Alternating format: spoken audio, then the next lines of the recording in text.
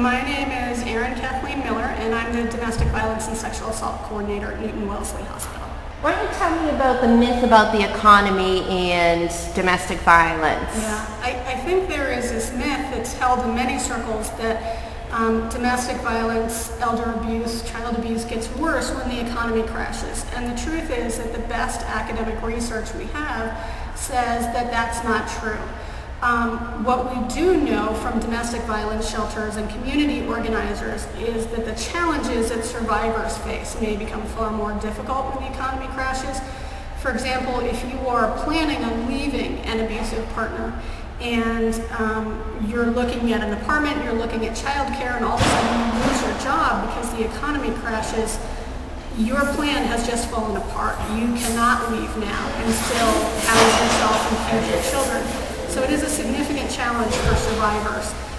But I think sometimes we confuse financial stress and we think that that may be a cause of domestic violence. The truth is domestic and sexual violence are a choice.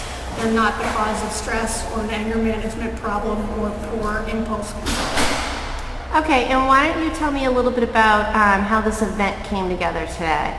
Absolutely. I have to give credit to the Middlesex County DA's office. They're very good on abuse issues, and they have been pulling in lots of community players. I happen to represent healthcare, but they coordinate with youth services, with the Department of Children and Family, with schools, with all sorts of different community-based providers. And the better networked we are, the better we can respond to the needs of survivors. Domestic and sexual violence impact every area of a survivor's life, so we need to respond in every area of their life. So it really was the Middlesex County DA's office who pulled us all together today.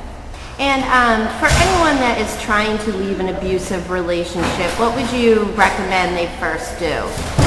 Well, I don't urge people to leave abruptly unless it's absolutely necessary. What I often encourage people to do is contact their local domestic violence agency.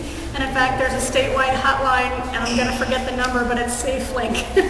You can Google domestic violence in Massachusetts, and there's a whole list of domestic violence providers that will come up, including in your local area. And I would suggest calling them first, just to get some time with an advocate who can help you plan for all of the things that you might need in future. Often it is incredibly dangerous when survivors first leave their partners.